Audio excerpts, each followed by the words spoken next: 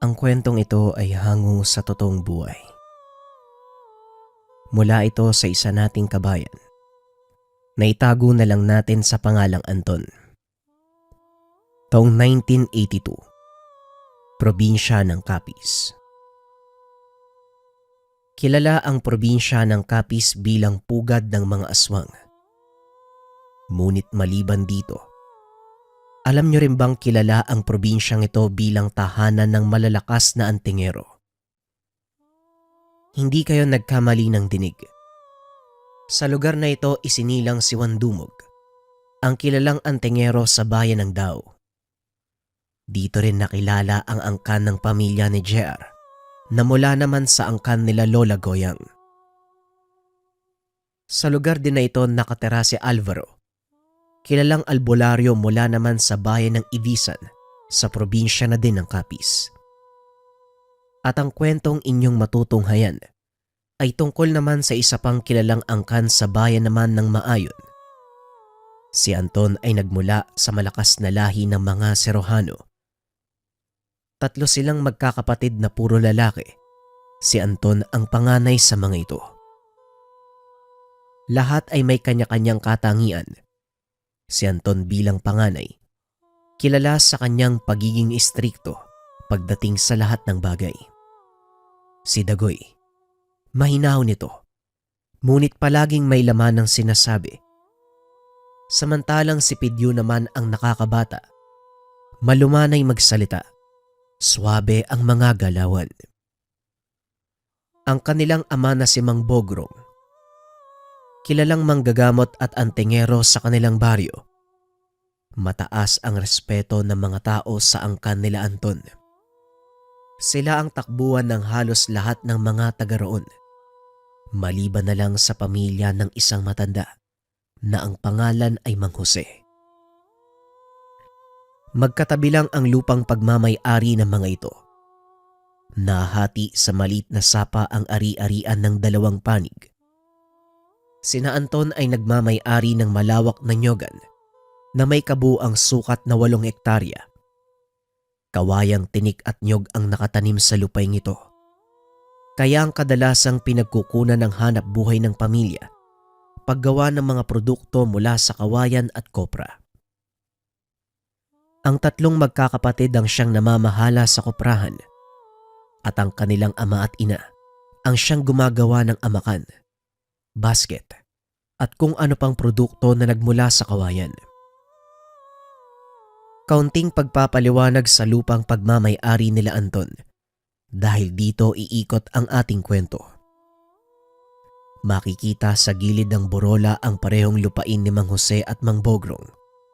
Ngunit ang kay Mang Jose, ginawang taniman ng gulay, samantalang kay Mang Bogrong naman ay nanatiling nyogan at kawayan. Magpinsan sina Mang Bogrong at Mang Jose. Hindi nagkakaunawaan ang mga ito, ngunit magkasundo naman ang kanilang mga anak. Sa katunayan, nakikiani pa ng kopra ang anak ni Mang Jose na si Fidel sa nyogan nila Anton. Hindi naman ito pinipigilan ni Mang Jose dahil kahit may alitan sila ni Mang Bogrong, hindi dinamay ng dalawang matanda ang relasyon ng kanilang mga anak. Fidel, kumain ka na ba? Kung hindi pa ba'y, kumuha ka ng plato at makisabay na dyan sa mga pinsan mo. Mahirap magtrabaho kapag walang laman ng tiyan. Mabigat pa naman ang mga sako ng kopra. Wika ni Mang Bogrong. Ang totoo niyan, Tiyo Bogrong, hindi pa nga ako kumakain eh. Hindi pa kasi nakakaluto si nanay nung umalis ako. Wika ni Fidel. O ano pang inaantay mo? Kumuha ka na ng plato. Sumandok ng kanin, sige nga. Pag naubos tong ginisang bagong, pasensyahan na lang tayo. Wika ni Anton. Ito ang nagsisilbing leader ng kanilang grupo. Sa tuwing magtatrabaho si Anton ang siyang nagbibigay ng gawain sa bawat isa. Sa ganung paraan, mabilis nilang natatapos ang trabaho. Buti naman at hindi nagagalit ang tatay mo sa tuwing magtatrabaho ka sa koprahan. Tanong ni Pidyo kay Fidel. Kahit naman magkagalit kami ni Jose, hindi namin idadama ang mga bata. Hindi naman kayo kasali sa anumang gulong nangyari sa amin noon. Wika ni Mang Bogrong. Nga pala tay, hindi mo pa nasasabi sa amin kung anong nangyari noon eh. Siguro naman, ngayong malaki na kami, pwede na naming malaman ang lahat. Wika ni Anton. Oo nga po, Tiyo Bogrong. Hindi ko maintindihan kung bakit ba galit na galit sa inyo si tatay. Wika ni Fidel. Kapag nagkwento ko sa inyo habang kumakain, baka tanghaliin tayo. Pupunta din naman ako sa kawayanan para kumuha ng mga gagawing bilao. Ang mabuti pa, bilisan yung kumain. At sa daanan ko na ipapaliwanag ang buong pangyayari.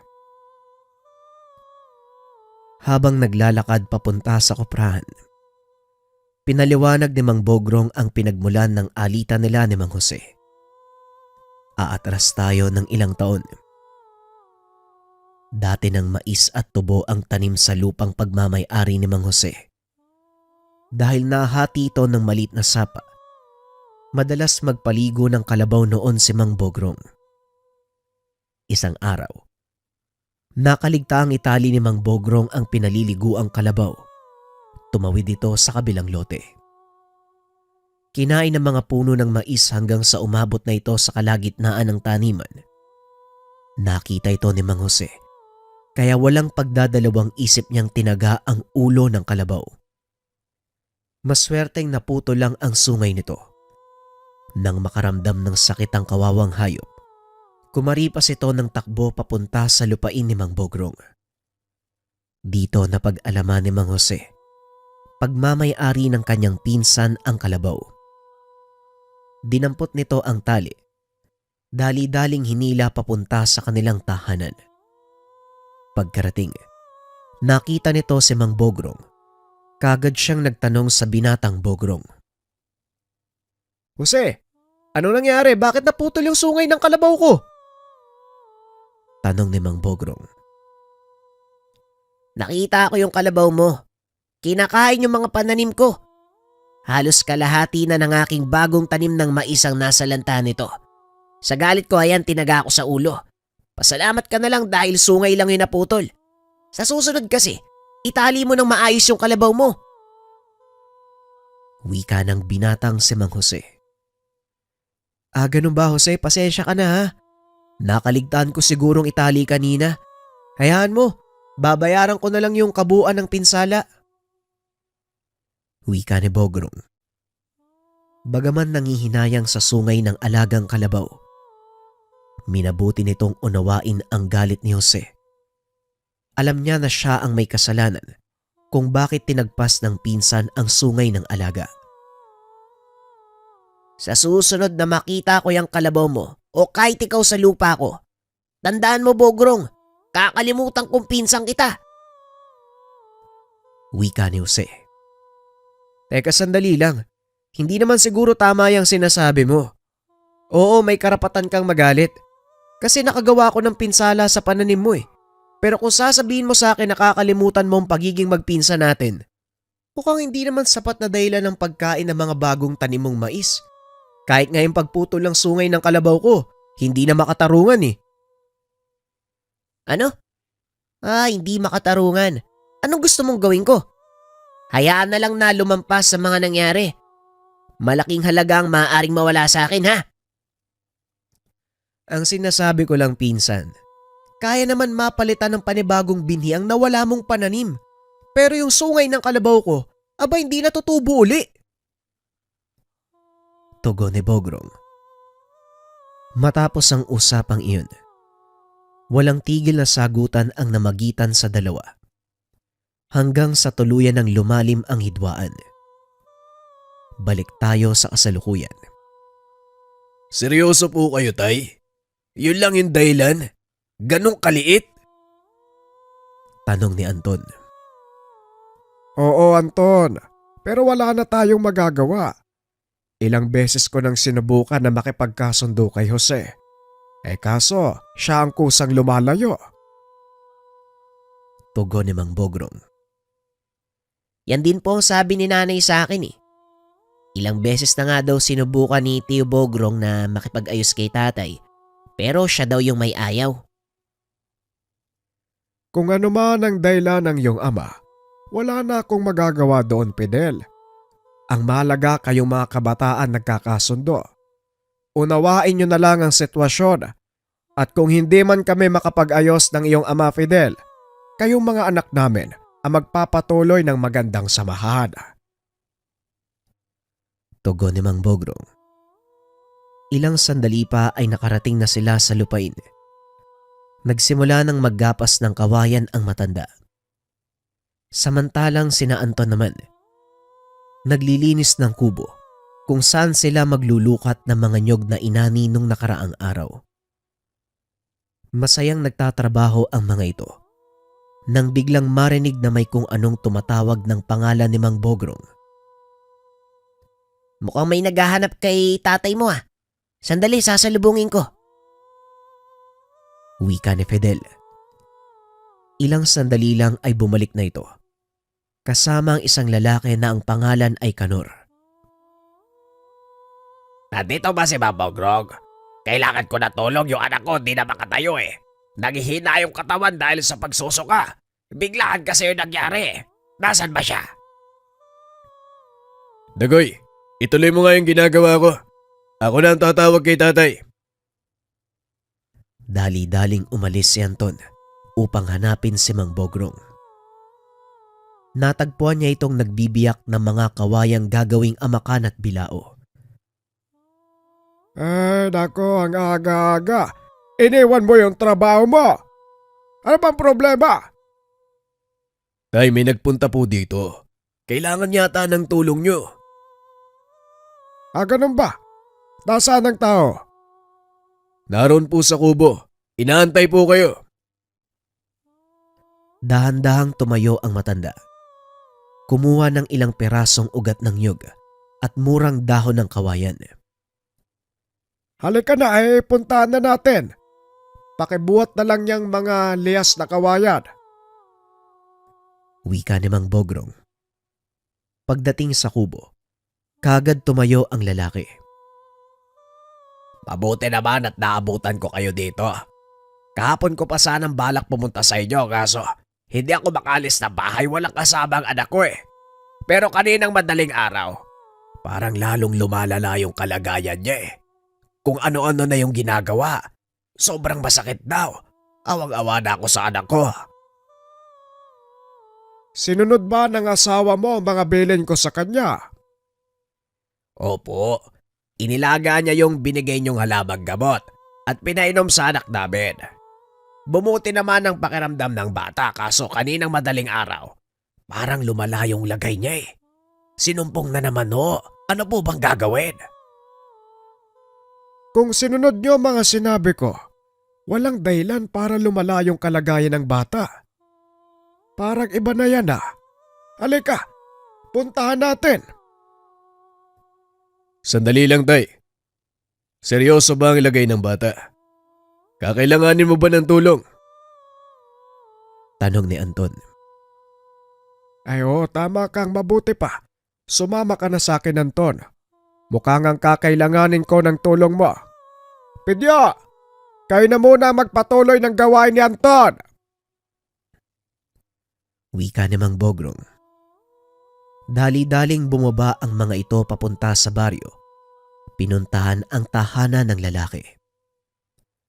Nakita nila sa aktong nagsusuka ang bata. Hindi na nagsayang pa ng oras si Mang Bogrong. Kagad niya itong nilapitan upang suriin. Nanlaki mga mata ni Anton nang makita ang lumalabas sa bibig ng paslit. Tay, sandali lang. Parang may nakikita akong gumagapang sa sinusukan ng bata. Teka, namamalik mata ba ako? Wika ni Anton. Dali-dali namang tinignan ng matanda ang plangganang isinahod ng asawa ni Kanor. Napansin nito ang maliit na insektong gumagalaw. Meron ka bang hindi sinasabi sa akin, Kanor? Ano ang totoong nangyari sa anak mo? Magtapat ka. Kung hindi, aalis ako dito. Tanong ni Mang Bogrong. Napayuko lang si Kanor maging ang asawa nito. Ano ba to? Ang totoo, Manong, may nakaalitan po kasi akong matanda sa pamilihan nung nakaraang araw. Pinagbantaan niya akong babalikan eh. Siguro, eto na ho yung sinasabi niya. Hindi ko naman po inaakala na aabot sa ganito kalala. Anak ka ng ugat. Bakit hindi mo kagad sinabi sa akin? Alam mo ba kung ano nangyayari sa anak mo? Ang sarap mong hambalusin. Yun na nga po, Manong eh. Wala po akong kalam-alam. Sa totoo lang, ang akala ko simpleng bati lang ang ginawa ng matandang yon. Hindi ko naman alam na may isang demonyo pala yun eh. Hindi lang bati ang ginawa ng matandang yon. Binarang niya ang bata. Kung sinabi mo sa akin na mas maaga, sana nagawa ko pang kontra inyong gagawin niya. Ang sarap mong sakalin ng nyog. Pasensya na po kayo, Manong. Hindi ko po kasi talaga alam eh. May magagawa pa po ba kayo? Tulungan niyo po kami. Meron pa ako magagawa. Pero mahihirapan na akong tanggalin ang sumpa na tinanim ng mambabarang sa katawan ng anak mo. Ay, nako talaga. Huwag kang mag-alala. Hindi pa naman pumupuro lang kakayahan ko sa panggagamot. Pero, ay, sarap mong tirisin. Wika ni Mang Bogrong. Tinawag nito si Anton na noon ay nasa labas ng tahanan. Ipinapagpag ang buhanging nasa mga ugat ng nyug. Nilinis ko na po itong ugat ng nyog. Ano po ang gagawin ko dito? Tanong ni Anton. Kanor, maaari ka bang kumuha ng mainit na tubig? At ikaw naman, Anton, hugasan mo ng mabuti ang mga ugat ng nyog. Ibabad mo sa mainit na tubig kasama ng mga murang dahon ng kawayan. Pagpapaliwanag ni Mang Bogrong. Sinunod ni Anton ang sinabi nito. Ngunit hindi makita ng binata ang koneksyon ng ugat ng nyug sa kasalukuyang kalagayan ng pasyente. Matapos ibabad ang mga ugat ng nyug, dinala niya ito sa tabi ng matanda. Isa-isang kinuha ni Mang Bogrong ang mga ugat. 7 piraso ng ugat ng nyug. 7 pirasong murang dahon ng kawayan. Ilagay mo sa tabi ang pinagbabara ng mga ito at takpa ng malinis na tela. Wika ni Mang Bogrong. Matapos ay sinimulan na nito ang panggagamot. Pinagapang ng matanda ang hawak na ugat ng nyug, pati na rin ang dahon ng kawayan sa buong katawan ng paslit. Habang nag-uusal ng mga dasal, 7 beses niya itong ginawa. Matapos ay nagpausok. Inilagay nito ang hawak-hawak sa baga. Pinaikot sa taas ng katawan ng pasyente. Patuloy pa rin sa pag-uusal ng dasalang matanda. Nung una ay mahinahon pa ito. Ngunit habang tumatagal, tila unti-unting pinagpapawisan si Mang Bogrong. Nag-iiba na din ang reaksyon ng muka. Alam ni Anton ng mga sandaling iyon, nahihirapan na ang kanyang ama. Ngunit hindi niya ito pwedeng istorbohin, lalo pat nasa kalagitnaan ito ng ritual. Biglang napaupo si Mang Bogrong habang hinahabol ang hininga. Kinuha ng matanda ang maliit na sisidla ng langis. Ipinahid dito sa noo ng paslit. Ano po ang nangyari, tay? Natuntun niyo po ba kung sinong may gawa? Tanong ni Anton. Sa kasamaang palad, iho, hindi ko magawang hanapin ang kinaroroonan ng mambabarang. Pero iisa lang ang pinaghihinalaan kong may gawa nito. Kung ganun, tay, sabihin po ninyo sa akin. Hindi ko maaaring sabihin kung sino ang taong tinutukoy ko, Anton. At kahit sabihin ko pa sa'yo, sa kasalukuyang antas mo, wala kang magagawa laban sa isang bagaytang mambabarang. Tugon ng matanda. Napagtanto ni Kanor. Seryoso ang kalagayan ng anak. Kaunting pagkakamali lang, maaari itong ikamatay ng paslit. Kung ganon, Manong, ano po ang pwede nating magawa? Pakiusap, tulungan niyo po ang anak ko. Wika ni Kanor. Ito na nga ang ginagawa natin ngayon. Ngunit kailangan natin mag-antay ng tamang pagkakataon. Mahirap tuntunin ang isang biyasang mambabarang, lalo pat tirik ang araw. Mas malakas ang kapangyarihan nila sa gabi, kaya mas madali nating malalaman ang totoong kinaroroonan niya. Nararamdaman ko siya, pero hindi yon sapat para matukoy ang eksaktong kinaroroonan ng mambabarang. Malakas din ang taglay niyang sa bulag, kaya nahihirapan akong mabasa ang susunod niyang gagawin. Pagpapaliwanag ni Mang Bogrong. Mukhang wala tayo magagawa kung hindi antayin ang paglubog ng araw. Kung ganon, babalikan ko muna sina Pidyo at Dagoy. Mas mabuti kung nandito sila mamaya. Mas marami, mas mabilis ang trabaho. Wika ni Anton. Ang mabuti pa nga ay sunduin mo ang mga kapatid mo, tama ka. Sige na, ako nang bahala dito. Magbadali ka nang makabalik ng mas maaga. Tugon ni Mang Bogrong. Ngunit lingid sa kalaman ni Anton, nahahanaping mag-isa ng matanda ang mangbabarang. Pagdating sa koprahan, sinabihan nito ang mga kapatid tungkol sa mga nangyayari. Dali-daling nag-ayos ng gamit sina Pidyo at Dagoy para puntahan ng ama. Malakas ba ang mambabarang, Manong? Tanong ni Dagoy. Hindi tayo ipapatawag ni tatay kung kakayanin niyang mag-isa mambabarang. Kaya bilisan niyo. Duda ako sa pinapagawa sa iyo ni Tatay Anton. Nakakalimutan mo na ba ang ugali ng matandang yon? Dapat hindi mo siya iniwan. Anong ibig mong sabihin, Pidyo? Ay nako, kung sa bagay. Malimit ka nga namang sumama kay tatay sa panggagamot. May ugali ang ama natin na suluhin ng pagharap sa malalakas na kalaban. Dahil natatakot siyang mapahamak tayo. At may hinala ako. Yon ang binabalak niya. At siguradong umalis na siya doon sa lugar upang hanapin ang mambabarang. Kaya pala pumayag siyang sunduin ko kayo. Talaga nga naman oo. Bilisan niyo! Humanda talaga sa akin yung matandang yan sa oras na may mangyari sa kanya. Gugulpihin ko pa siya. Naku talaga! Pagdating sa tahanan ni Kanor, laking gulat ng binata dahil nakahandusay na sa sahig si Mang Bogrong habang pinapaypayan nila Kanor.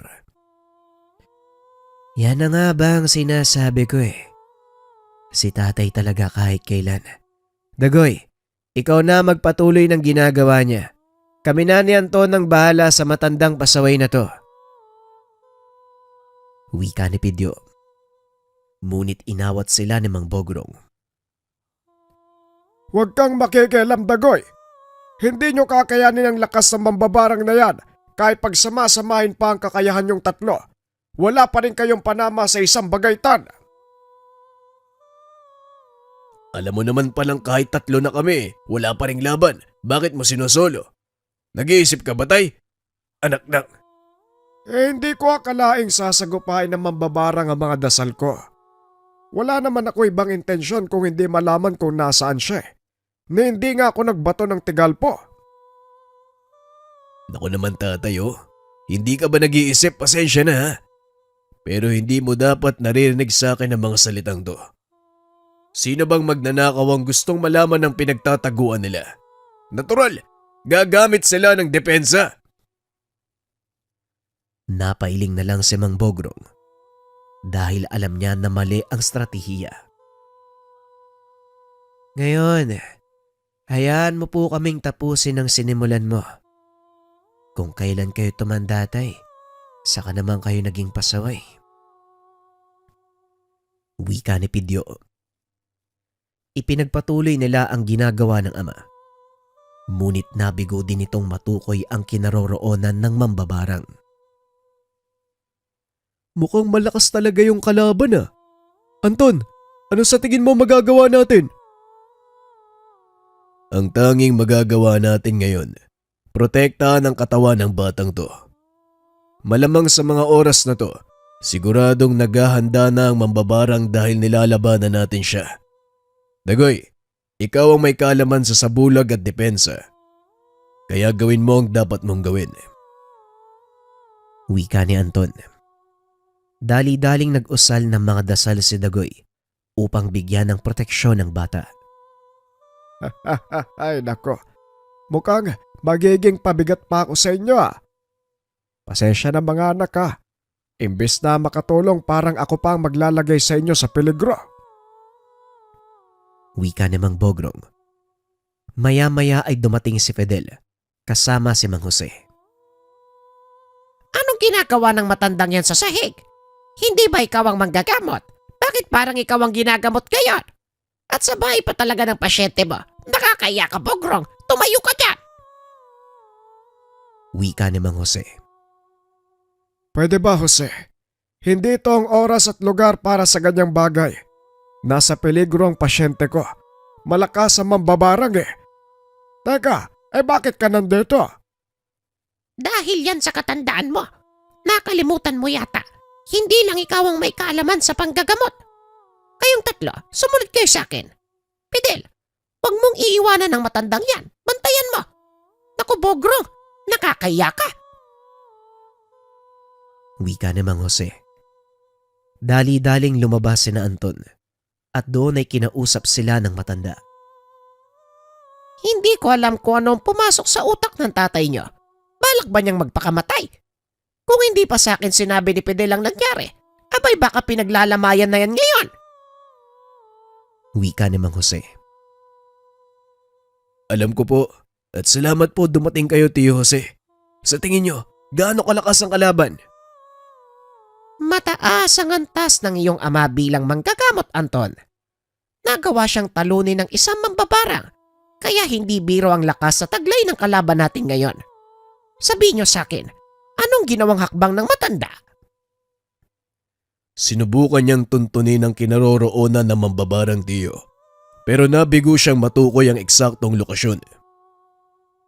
Ay nako, ano bang nasa isip ng matandang yan? Kung sakaling matuntun niya ang mambabarang, anong gagawin niya? Susugod doon, makikipagsuntukan. Hirap na nga maglakad eh. Yun na nga din po ang tanong ko kanina. Hindi ko lubos maisip. Nauunahin ng matandang yon na hanapin ang mambabarang kaysa lagyan ng proteksyon at gamutin ng pasyente. Wika ni Anton. Ngunit dinepensa naman ni Mang Jose ang ginawa ni Mang Bogrong. Hindi naman sa ganon. May mga kaso ng pambabarang na hindi mo magagamot ang pasyente hanggat hindi napapatay ang mambabarang. Ganon siguro ang nangyari. Bilang manggagamot, Anton, kailangan mo pa rin isaalang-alang ang lahat ng posibilidad. Huwag kang aasa sa mga nakasanayang pamamaraan at kaalaman. Pero Tio, ano po bang maaari nating gawin? Ituloy na lang ang ginawa ng tatay mo.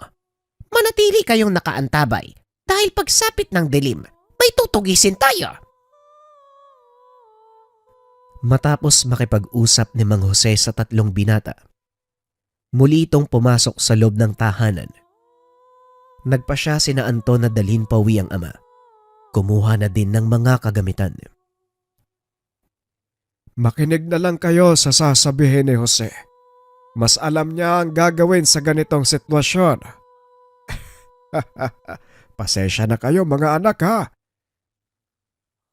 Wala kang dapat iingi ng paumanintay. Naipaliwanag na sa amin ni Mang Jose ang lahat. Sadyang nangyayari lang talaga mga ganitong bagay. Kaya magpahinga ka, kami na ang bahala sa lahat. Tugon ni Anton. Matapos muling bumalik sa tahanan ng pasyente ang magkakapatid. Saktong palubog na ang araw ng mga oras na yun. Kaya nagsimula ng magkarga ng depensa ang tatlo. Maya-maya ay lumabas ng tahanan si Mang Jose. May hawak-hawak na insekto. Ito ang uwang na ginamit ng mambabarang. Sa oras na lumipad, sundan niyo. Siguradong dadalhin kayo ng salagubang na ito sa kinaroroonan ng kanyang Panginoon. Wika ni Mang Jose. Sabay palipad ng uwang. Sinundan ito ng magkakapatid. Papasok sa loob ng tubuhan ni Mang Jose. Nagdalawang isip ang tatlo dahil alam nilang papagalitan sila ng matanda sa oras na may masirang pananim sa lupa nito. Paano yan ngayon, Anton? Hindi tayo pwedeng pumasok dyan sa loob ng tubuhan. Wika ni Pidyo. Wala tayong magagawa. Kailangan natin sundan ng uwang na yun. Mamili kayo. Galit ni Tio Jose o mamatay ang pasyente. Wika ni Anton. Dali-daling pumasok ang dalawa sa tubuhan. Muling sinundan ng uwang. Paglabas ng tubuhan, tumambad sa tatlo ang isang maliit na kubo. Nakita nilang pumasok sa bintana ang insekto. Napagtanto ng tatlo. Yun na ang bahay ng mambabarang. Marahang lumapit ang tatlo sa kubo. Naramdaman ng mga ito ang kilos ng tao sa loob. Sumilip sa maliit na siwang si Anton. Nakita nito ang matandang babaeng nakatalikod habang may kung anong ginagawa. Maya-maya ay dumapo ang uwang sa braso ng matanda. Tumayo si Anton. Walang pagdadalawang isip na sinipa ang pintuan ng kubo. Ang malaking pagkakamali nito, hindi niya nakita ang kasama ng matanda. Isang malakas sa suntok ang natanggap ni Anton, dahilan para bumagsak ang binata sa sahig. Gumante si Pidyo. Sinipa ang lalaking sumuntok sa kapatid. Anong ginagawa niyo dito? At paano niyong natunto ng bahay ko? Tanong ng matanda. Dahan-dahang tumayo si Anton at nagsalita. Sinasabi ko na nga ba, ikaw ang may gawa ng lahat ng ito. Bakit mo binarang ang walang muwang na bata, Alingkora? Tanong ni Anton. Kumaganti lang ako sa ginawa ng tatay niya sa akin. Masyadong masama ang ugali ni Kanor. Hindi marunong gumalang sa matatanda. Wika ni Aling Cora. Gumagante. Walang muwang ang batang ginantian nyo. Ano ang kinalaman ng bata sa kasalanan ng kanyang ama? Tanong ni Anton. Nanlaki mga mata ng matanda at muling naupo. Ano? Paanong ang bata ang tinabla ng ginawa ko? Si Kanor ang pinatungkulan ko ng barang. Anong ibig mong sabihin, Alingkora? Hindi mo sinasadya na bata ang tamaan ng ginawa mo? Hindi ko intensyon na ang batang yon ang tamaan ng ginawa ko. Hindi ko yon sinasadya. Ikaw naman, sana nagtanong ka bago ka sumugod. Wika ni Castor. Anak ni Aling Cora. Tumigil ka, Castor. Alam kong ako ang nagkamali. Kaya ipagpatawad niya kung may ibang nadamay. Hayaan niyong itama ko ang pagkakamaling yon. Tugon ni Aling Cora. Ngunit hindi nagtiwala si Anton sa sinabi nito. Hindi ako naniniwala sa sinasabi nyo. Ginamit mo ang paslit para gantihan si Mang Kanor. Mahusay ang strategiya nyo, pero hindi yon makakalusot sa akin. Yumuko ang matanda. Marahang yumugyog ang balikat. Maya-maya ay tumawa ito ng malakas.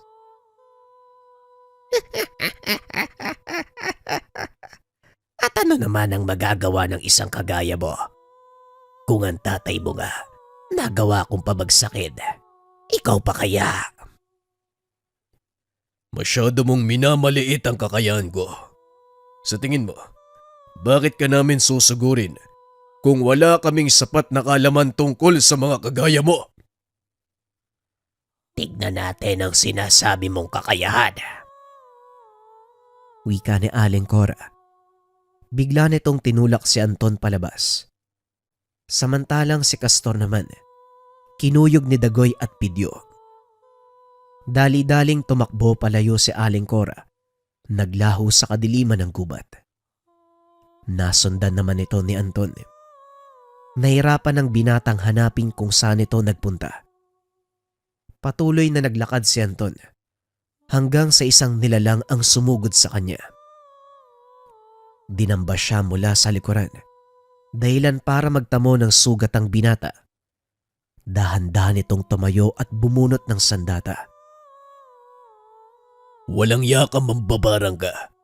Kapag nahuli kita, dila mo lang ang walang latay. Wika ni Anton habang iniikot ang tingin sa paligid.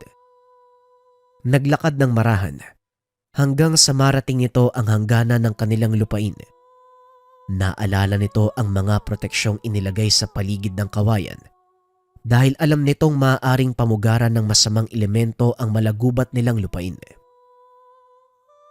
Pagpasok nito sa mismong yogan, nagantay ito ng ilang sandali.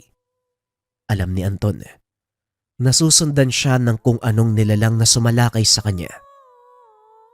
Hindi nga ito nagkamali dahil habang nakatayo, isang malakas na sigaw ang narinig ng binata. Bumulusok ang isang nilalang mula sa puno ng nyog. Ang malaki mong pagkakamali. Pumasok ka sa teritoryo ko. Ngayon tignan natin kung ano ang mangyayari sa'yo. Wika ni Anton, sabay sugod sa nilalang. Alam ni Anton na pakawala ito ni Aling Cora. Nasa paligid lang ito, nagmamasid, nag-aabang ng tamang pagkakataon. Hanggang sa tuluyan ng natalo ni Anton ang alaga ni Mang Cora. Mahusay ka nga. Kagaya ng sinabi mo. Pero tignan natin dahil hindi pa ako tapos. Wika ni Aling Cora. Natunto ng binata ang kinaroroonan nito. Saktong malapit si Aling Cora sa isa sa mga patibong na ginawa ng binata para sa mga baboy ramo. Hinila nito ang taling nakaduktong sa patibong. Biglang napasigaw ang matanda. Hindi ko alam kung anong balak mong gawin. Pero pasensya na dahil hindi ka na makakaalis sa kinaroroonan mo ngayon. Wika ni Anton habang naglalakad papunta sa matandang mambabarang. Tama na pakiusap. Huwag mo ko patayin. Kung gusto mo, tatanggalin ko na ang sopa sa bata. Pakawalan mo lang ako. Wika ni Aling Cora. Itinutok ni Anton ang itak sa leeg nito at muling nagsalita. Yung batang biniktima mo, kung kaya niya lang magsalita, siguradong magmamakaawa din siya para sa kanyang buhay. Hindi na dapat pinapatagal pa ang mga kagaya mo. Dapat kayong burayin eh. Kaya pasensyahan tayo. Nagkamali ka ng kinalabang angkan. Wika ni Anton. Sabay tagpas ng ulo nito. Kinuha ni Anton ang libreta ng mambabarang. Dinala ito sa kinaroroonan ni Lapidyo. Nakita ng binatang nakatali na si Castor. Oh, bakit buhay pa yan? Patayin nyo na yan! Hindi naman dapat ganon, Anton. Wala namang kasalanan ng taong to sa atin eh. Sigurado, kung nandito si tatay, yan din ang gagawin niya. Kung sabagay tama ka. Halika na. Kailangan natin dalhin kay Mang Jose ang libreta ni Aling Cora. Wika ni Anton. Pagdating sa tahanan ng pasyente, nakita nilang maayos na ang kalagayan ng bata. Mabuti naman at nagawa niyong matalo ang mambabarang. Wala na kayong dapat alalahanin. Nasa maayos ng kalagayan ng pasyente. Kaunting sandali na lang, magkakamalay na siya. Wika ni Mang Jose. Inabot ni Anton ang libreta ng mambabarang. Ngunit tinitigan lang ito ni Mang Jose. Ano pong gagawin ko dito? Sunugin mo o itago mo. Ikaw ang bahala. Basta siguraduhin mo, huwag mapapasa kamay ng kahit sino na walang alam sa lihim na karunungan. O siya, mauna na ako. Lumalalim na ang gabi. Sige po, Mang Jose. Mamaya lang uuwi na din kami. Antayin lang namin magkamalay ang bata. Wika ni Anton. Ilang sandali lang matapos umalis ni Mang Jose.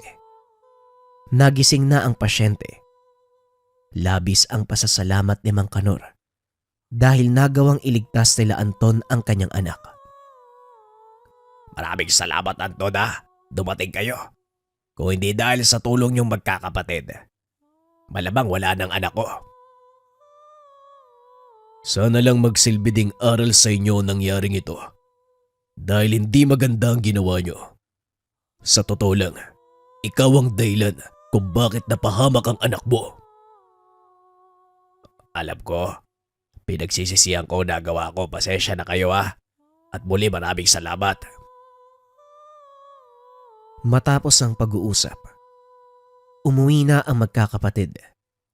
Nakita ng mga itong nakaupo sa higaan ang ama. Tay, maayos na ba ang lagay nyo? Bakit kayo bumangon? Maayos na ang kalagayan ko. Salamat sa inyo ha. Anong nangyari sa lakad? Nagawa naming talunin ng mambabarang. Nakuha ko ang libreta niya at iniwan naming buhay si Castor.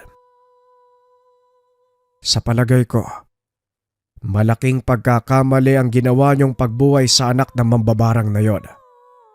Ipanalangin niyo na lang na wala siyang gawin para gumante. Magsisilbi ng aral para sa kanyang pagkamatay ni Aling Cora. Hindi na yun mangangahas na gumanti pa. Huwag kang magpapakasiguro, Anton. Iba ang nagagawa ng galit. Wika ni Mang Bogrong. Matapos ang kaganapan, nagpatuloy na ang buhay nila Anton. Nagpakampante ang mga ito sa pag-aakalang hindi na masusundan pa ang mga nangyari. Kaso nga lang laking gulat ng magkakapatid dahil habang nagpapahinga sila sa tahanan, napansin ng mga ito ang maitim na usok na pumapaibabaw sa kalangitan. Mula ito sa direksyon ng kanilang koprahan. Dali-daling tumakbo ang magkakapatid na may dalang balde. Ngunit huli na nang dumating ang mga ito sa kubo dahil tuluyan ng naupos ang lahat. Maging ang mga nyog na nilukad ng mga ito. Ang mga koprang nailagay sa sako, natupok din. Napasapo na lang ng ulo si Anton dahil sa nangyari. Sinong walang hiya ang may gawa nito? Sigurado ko, walang naiwang sulong nakasindi bago tayo umalis. Gayon din ako, Anton. At isa pa, hindi naman tayo nagluto ng tanghalian dito. Pag-uusap ng dalawang magkapatid. Napalingon ng mga ito nang may magsalita mula sa kanilang likuran.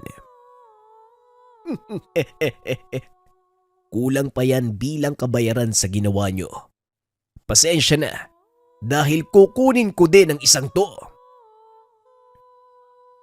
Napalingon si Anton. Nakita si Castor. Hawak-hawak ang kapatid na si Dagoy. Duwag ka, Castor. Bitawan mo si Dagoy. Ako ang harapin mo. Ako pala ang duwag. Anong ginawa niyo kay nanay? Hindi ba pinatay mo siya ng walang kalaban-laban? Ngayon sino sa atin ang duwag? Nagtos kami ng nanay mo at nagawa ko siyang matalo. Bitawan mo ang kapatid ko. Kung hindi, pagsisisihan mo ang susunod na mangyayari. Habang kaya ko pang magpigil, Castor, mas makakabuting sundin mo ang sinasabi ko. Magkamatayan tayo kung magkakamatayan. Wala akong pake sa kung anong mangyari sa akin. Basta may paghiganti ko si nanay. Tugon ni Castor. Itinaas nito ang kanyang kamay na may hawak na patalim. Akmang sasaksakin si Dagoy nang biglang may tumulak sa kanya. Napasubsob si Castor. Nagawang makalayo ni Dagoy mula dito nang masiguradong ligtas ang kapatid. Saka naman nagbato ng tigalpo si Pidyo. Naniga sa kinaroroonan si Castor. Hindi na nito nagawang makatayo. Hindi ba binalaan na kita na maaari mong pagsisiyan ang susunod na mangyayari? Maraming salamat, Fidel! Wika ni Anton. Mabuti na lang pala napadaan ako dito. Walang anuman, Anton. Anong balak gawin dito sa taong to? Hindi ko naman siya maaaring patayin. Ako naman ang lalabas na masama kapag ginawa ko yun. Pero kapag pinakawalan ko naman, baka bumalik uli. Tapos lalo pang lumala ang lahat. Patayin mo man ako o hindi, alam ng iba kong kaanak ang nangyari. Anumang oras ay maaari silang dumating. Hindi nyo alam kung ano ang binangga nyo. Kung ganun, bakit hindi natin antayin ang pagdating nila? Para malaman ko kung sino ang kinakalaban namin. Wika ni Anton. Tumawa ng malakas si Castor. Nilapitan naman ni Fidel ang binata. Kinausap ito ng mahina. Alam mo ba, Anton? Totoo ang sinasabi ni Castor. Hindi biro ang pinagmulang angka ni Aling Cora. Ang kapatid niyang si Manggorio, kilala sa angkan bilang malalakas na mambabarang. Marami na ring napatay ang isang yun eh. At karamihan sa naging biktima nito, mga manggagamot. Wika ni Fidel.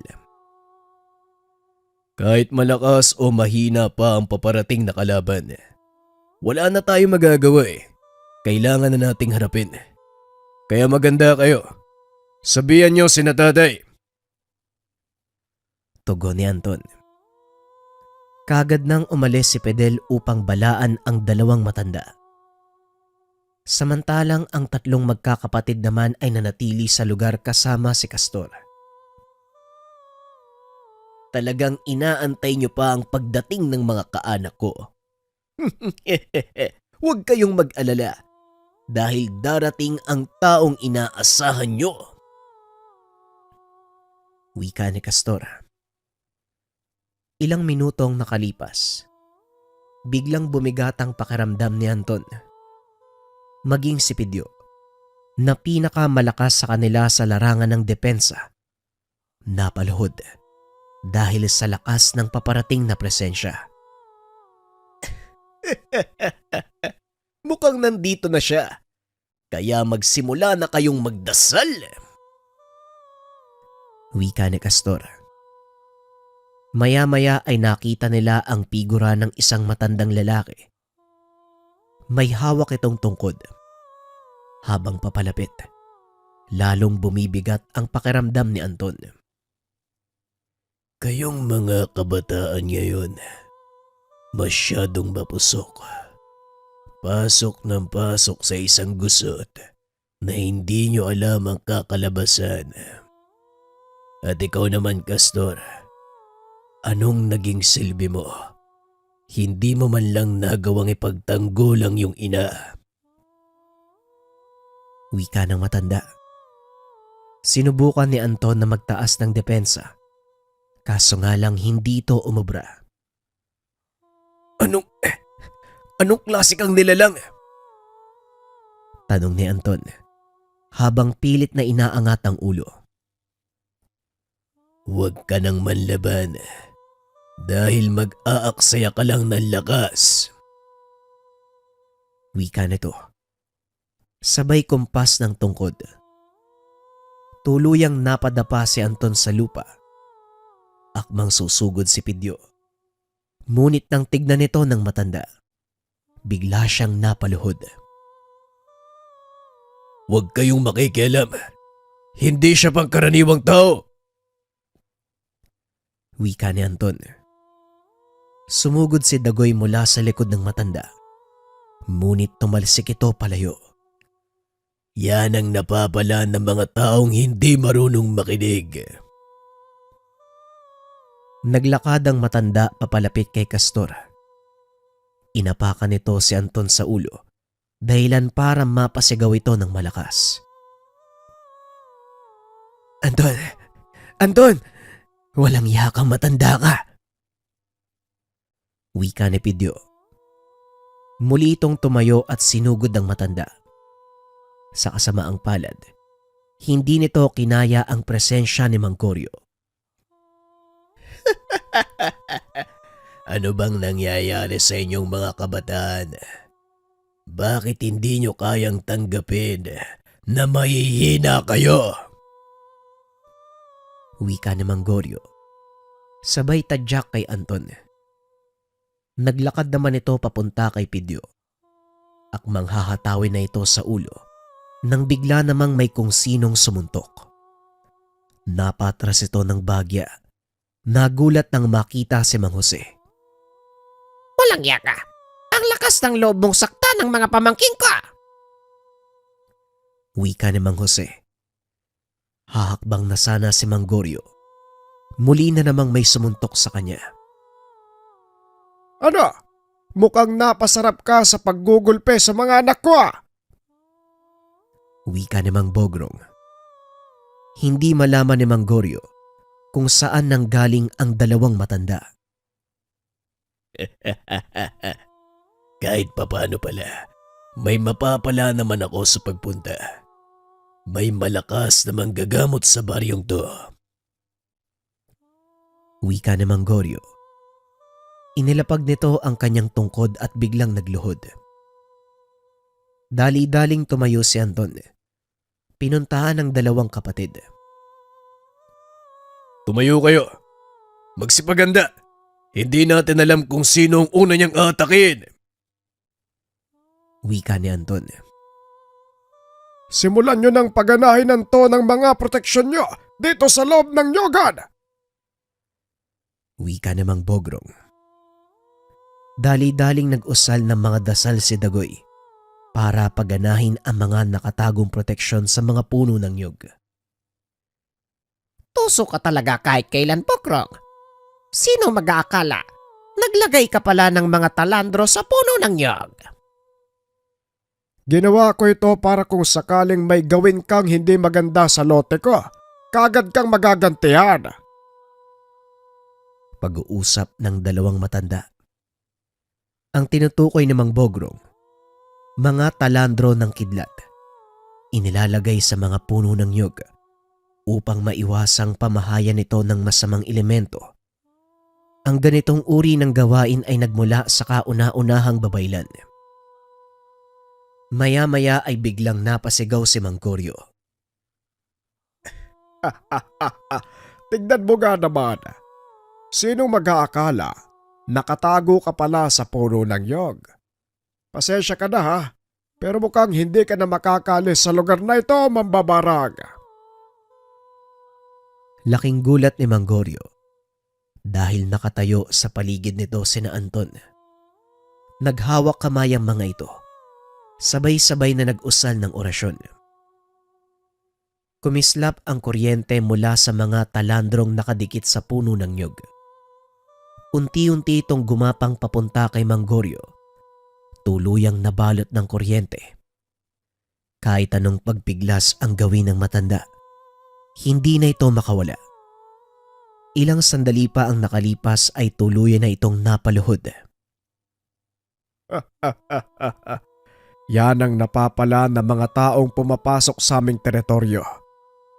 Huwag kang mag-alala dahil hindi ka namin papatayin. Sapat na sigurong maparalisa ang katawan mo upang hindi magamit ang kakayahan. Wika ni Mang Bogrong. Masyado kang naging kampante. Hindi mo naisip na nasa loob ka ng teritoryo ng pinakamalakas na manggagamot dito sa aming baryo. Mukhang ang minaliit ko ang kakayahan nyo. Hindi ko akalaing matatalo ako. Wika ng matanda. Matapos ay nawalan ito ng malay. Bakit hindi na lang natin patayin ang isang to? Hindi na kailangan. Marunong tumanggap ng pagkatalo si Goryo. Alam kong siya ang darating. Wika ni Mang Bogrong. Matapos ang laban, kinausap nito si Mang Goryo. Humingi ng kapatawaran sina Anton sa pagkamatay ni Aling Cora. May pagkakamali din ang kapatid ko. Alam ko yun.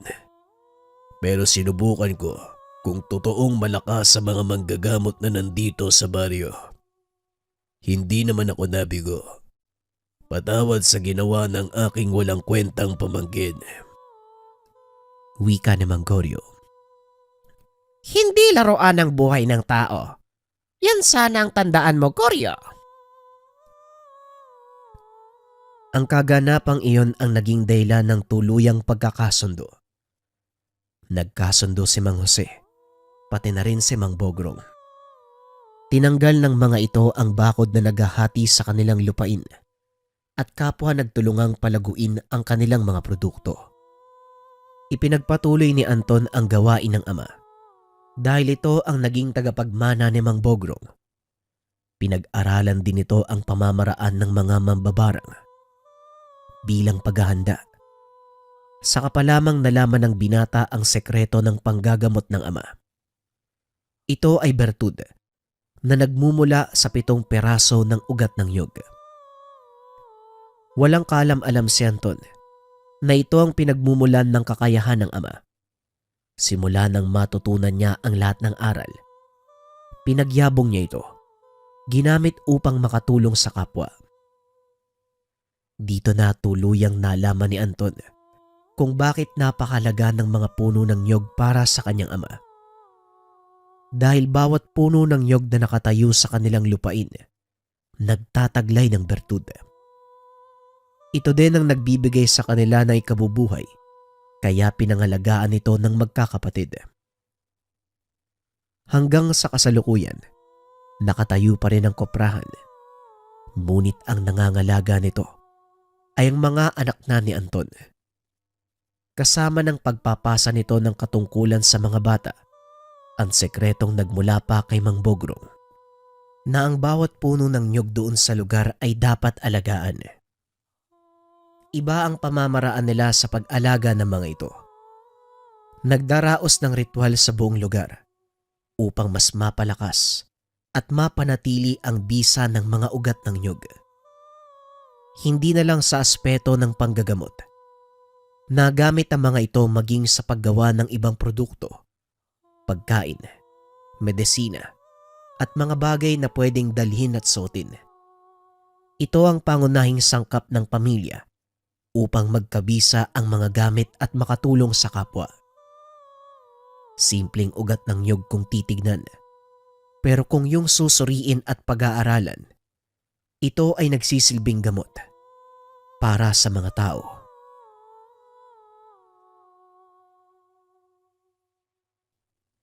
Opinyon para sa kwento, mga kabayan. Ako, nakakatawa yung storya ni Mang Bogrong tapos ni Mang Jose. Alam niyo yung parang simpleng alitan ng pamilya na tumagal na lang ng tumagal. Pero kapag nagkaroon ng problema, talagang tutulungan nila yung bawat isa. Marami kasi akong naririnig na ganyang kwento eh. Yung tipong akala mo, magpapatayan na sila kasi magkaaway sila eh. Pero kapag ibang tao, yung nang-away sa kapamilya o kapatid nila, doon mo makikita kung gaano nila kamalang isa't isa. Kayo ba, mga kabayan, may mga karanasan ba kayo sa ganitong bagay? Kung meron man, comment nyo, maligaya kong babasahin. Paalam.